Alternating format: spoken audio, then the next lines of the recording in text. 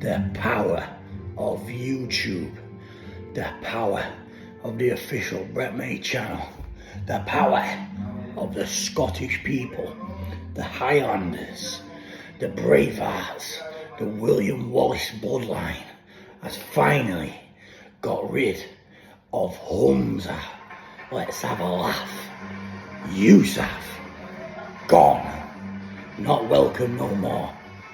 He resigns. Good, and that's one step in the right direction.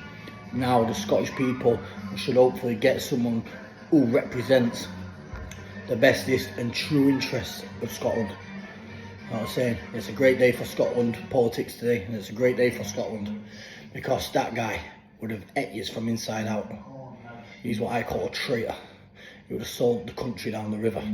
Yeah, all the old morals what Scotland's had and had to go through over the years. You know what I'm saying? To get to where they have to now. From back in the days. And now, well done guys. Big shout to Scotland. Well done. He's pulled it off. Now we need to pull it off over here and get rid of Sadiq Khan. He's next to go. He has to go. So, it's good. One down. One to go. And then we've got the big one. Replace Sunak with Tommy Robinson. But one step at a time. You know what I mean? But a great victory today nevertheless. A great victory for the UK and for Scotland. Because he was a traitor.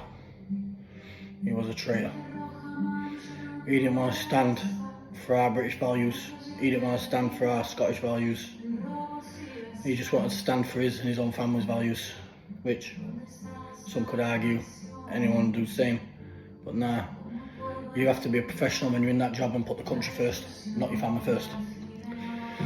Because unfortunately, Scotland is Scotland and England is England. But all together we're Great Britain. And we won't tolerate that fucking shit, will we? No. So that's that. Goodbye. Chill out mate and retire now somewhere. You're not important no more, you're out of power. But a great day nevertheless. Now, I've seen everyone on about, on Tommy's page, about June the 1st. What's everyone's thoughts on that? So, it's going to be interesting guys, but ain't it crazy how we just put one up about yousaf and then all of a sudden he's resigned? The power of YouTube, the power of Scotland, the power of England spoken. But anyways, that's great news. And another one also.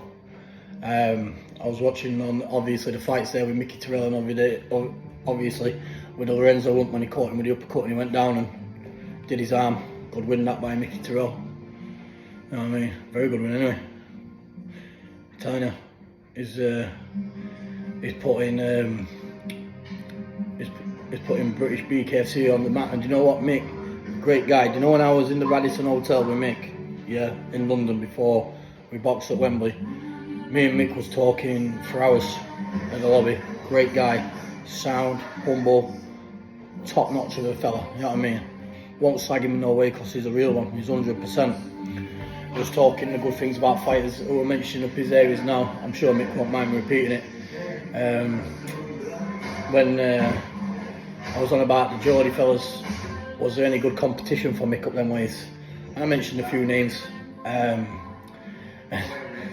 He laughed when I said, have you ever bumped heads with Decker? You know what I mean? And Mick says, bump heads with Decker? I'd just fucking knock him out one shot. That's what he said to me, yeah.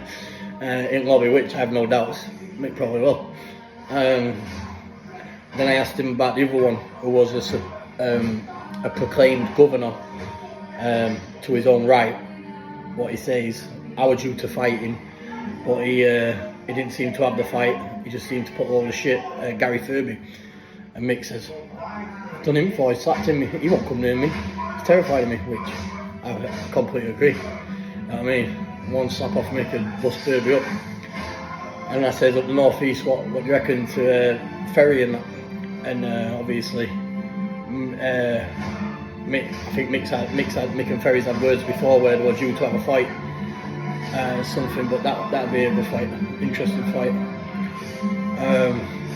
Yeah. as far as it goes from north east ways, like only other person who could probably even try and challenge Mick would probably be Paul up that way, Venice way. I don't know how far we get, and I'm not trying to put no coercion between them. I'm just speaking of a professional bare knuckle boxing point of view. Because it'd have to take some man and some calibre of a man to fight Mick, never mind beating him. Do you know what I mean? So it'd be an interesting one. You know what I mean? I'd pay to watch Venner and Mick have it out. You know what I mean? It'd be an interesting fight. I'm not going to pull anyone down and put money on. That's what it is. But if you're a fighter, you shouldn't be ducking. You shouldn't be ducking anyone. If I got offered the date and it says, Brett, would you fight Mick Terill on that date? I'm sound with Mick and everything there.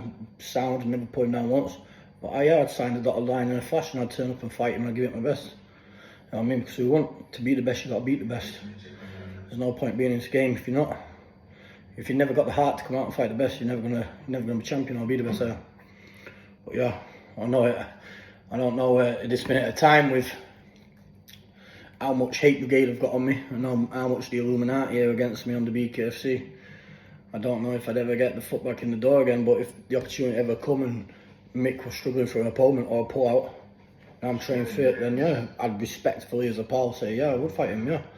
I'd fight it and I would give it my shot and I'd train as hard as I can, and if I failed, I failed. But at least I can say I've always had a shot. Well, I'd turn up and I'll fucking fight. You know what I mean? And I promise you, we'll see anyway. Love, guys.